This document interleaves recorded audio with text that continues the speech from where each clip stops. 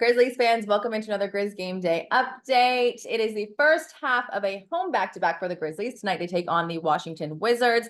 Wizards are 14th in the East. Grizzlies are 13th in the West. Grizzlies coming off a two-game losing streak. Wizards a two-game win streak. So joining me to talk about this one is Chase Hughes. Shall we start with the injury reports for both teams? Sure. The Wizards, the main point in that regard is that they're missing their top two centers, Marvin Bagley III and Richaun Holmes. So they're very depleted in the paint. And they're also missing Landry Shamet, who has been a really good backup shooting guard for them all year. So it seems like their rotation has taken a hit. And then you look at the injury list for the Grizzlies. So I don't think the Wizards can complain on a night like this. Okay, so you know how you did it without looking down? I unfortunately am not going to be able to do that because my list is very long. So tonight the Grizzlies have 8 active players. Questionable is Jordan Goodwin, John Conchar, and Lamar Stevens. Doubtful is Scottie Pippen Jr. And then out is, of course, Dez, BC, Ja, Smart. And then Jaren is also out. Derrick Rose is also out. Watanabe is also out. Zaire and Vince Williams Jr. is also out. So the Wizards are down their 2 big guys. The Grizzlies are down a whole lot of people. They're playing with Everybody. Gigi, Jake. But look, sometimes that is a way that you can take a team for granted. And the Grizzlies have been pretty bad at home. 7 wins at home, worst home record in the West. And the Wizards, although they don't have a ton of wins, a lot of those have come on the road. So 7 of their 11 have come on the road. What do you think? What do you think about tonight? You think this is the one that the Wizards could get? Well, it's interesting timing because the Wizards have won 2 straight games, and that matches their season-long win streak. And they have not been able to win 3 straight games all year. So this does seem like an opportunity, if it's going to happen anytime soon, for them to get their 3rd straight win.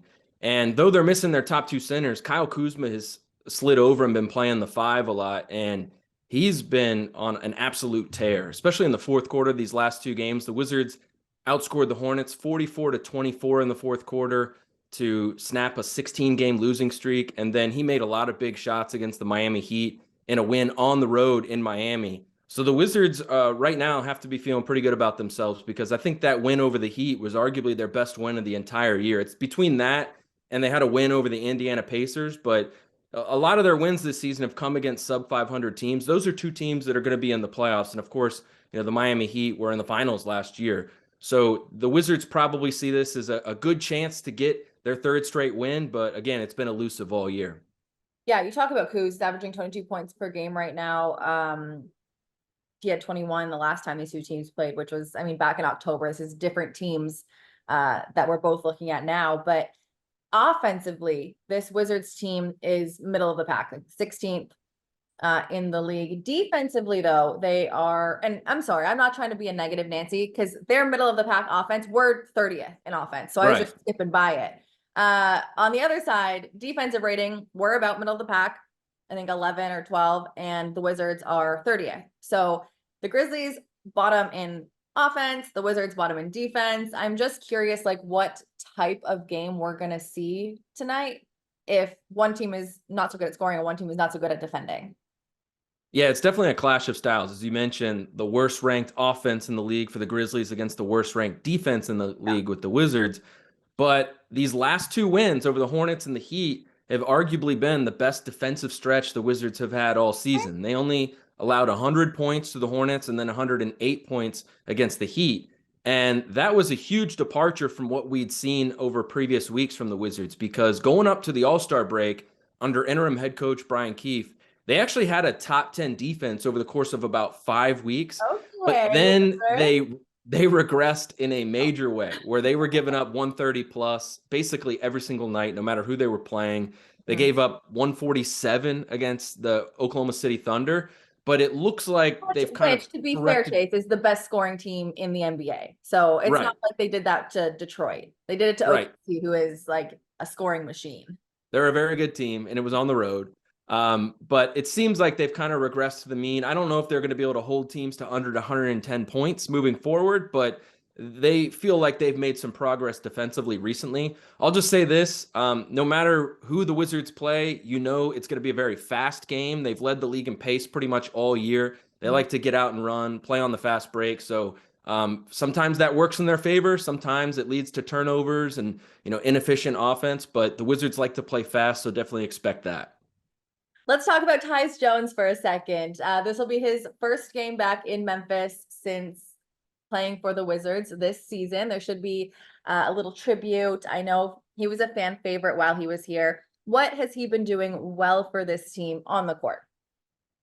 He's had a great year. He's had a career season. Obviously, you guys saw him as the fill-in starter for stretches at a time. Last year was like a quarter of the season. This is his first time really being the full-time starter, not having to look over his shoulder or wonder what's going to happen when Ja Morant comes back. And he's really taken to an increased role and played so well. I mean, obviously, the assist to turnover ratio is something that you associate with him. He might be the best player of all time when it comes to that stat category. Yeah. He leads it every year, setting NBA records and then breaking his own record the next season.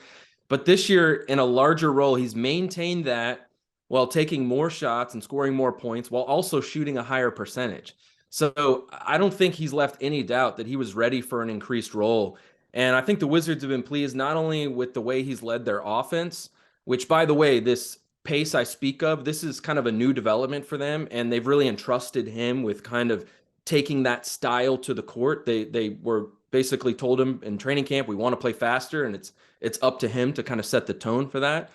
So he's had a career year, but I also think off the court he's had a profound impact on their culture because he is a coach on the floor. Like if you look at the NBA GM surveys going into each season, pretty much every year he's on the list of like players that NBA GMs expect to be most likely as a head coach someday.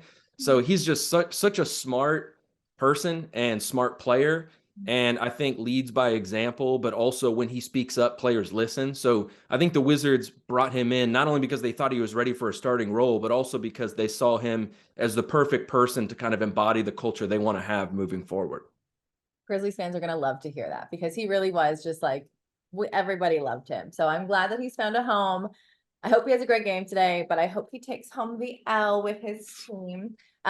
Chase, let's end this because it has been so long since the Grizzlies played the Wizards. I want to refresh some Grizzlies fans' memories. It's also the first time this season they'll be at FedEx Forum, so Grizzlies fans can watch in person. Give me a prediction of who you think. Do you want to do like top three scorers tonight for the Wizards? If you had a magic crystal ball. Kyle Kuzma has been playing really well lately, so I'll put him in the top three.